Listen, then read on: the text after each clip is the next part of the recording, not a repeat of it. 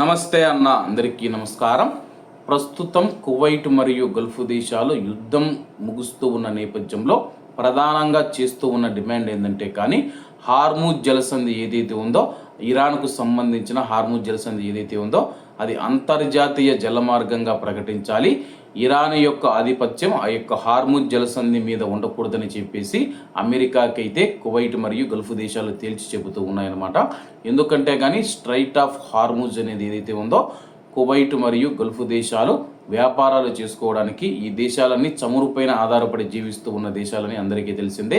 ఇప్పుడు ఆయా దేశాలు ఏవైతే ఉన్నాయో ఆయిల్ కానీ అమ్మకాలు చేసుకోవాలన్నా, బిజినెస్ జరుపుకోవాలన్నా సరే కానీ ఆ దావనే వెళ్ళి ఆ యొక్క జలమార్గం ద్వారానే వెళ్ళి ప్రపంచానికైతే వాళ్ళు ఆయిల్ను సరఫరా చేయాల్సి వస్తుందన్నమాట.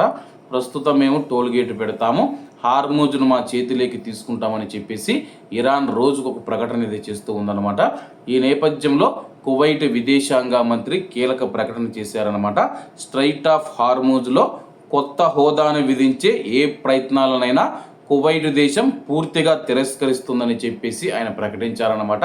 ప్రస్తుతం ఫిబ్రవరి 28వ తేదీకి ముందు స్ట్రైట్ ఆఫ్ హార్ముజ్ జలసంధి ఎలాగైతే ఉందో ఇప్పుడు కూడా అలాగే ఉండాలని చెప్పేసి టోల్ విధిస్తాము, అలాగే మేము నియంత్రణలోకి తీసుకుంటాము. ఇక్కడ నుంచి వెళ్ళే ప్రతి షిప్పు మా అనుమతి తీసుకోవాలని చెప్పేసి ఇరాన్ కొత్త రూల్స్ తీసుకుని వస్తే వాటిని మేము అంగీకరించబోమని చెప్పేసి కువైట్ తీవ్రంగా అయితే హెచ్చరించిందనమాట.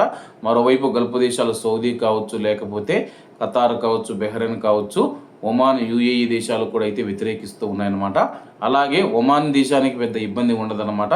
ఎందుకంటే స్ట్రైట్ ఆఫ్ హార్ముజ్ బయట అయితే ఒక దేశం ఉందన్నమాట. యుఏఈ కావచ్చు, అలాగే సౌదీ అరేబియా కావచ్చు, ఇతర దేశాలు కువైట్ మరియు బెహ్రెయిన్, ఖతార్ దేశాలు ఇబ్బందులు పడే అవకాశం ఉంది. మరి దీనిపైన ఇరాన్ ఏ విధంగా స్పందిస్తుందో, అమెరికా మరియు ఇరాన్ మధ్య శాంతి ఒప్పందం కుదిరిన తర్వాత దీనిపైన క్లారిటీ వచ్చే అవకాశం ఉంది. కాబట్టి అందరూ బాగుండాలి, అందులో మనం ఉండాలి. అందరికీ నమస్తే అన్న, జై హింద్.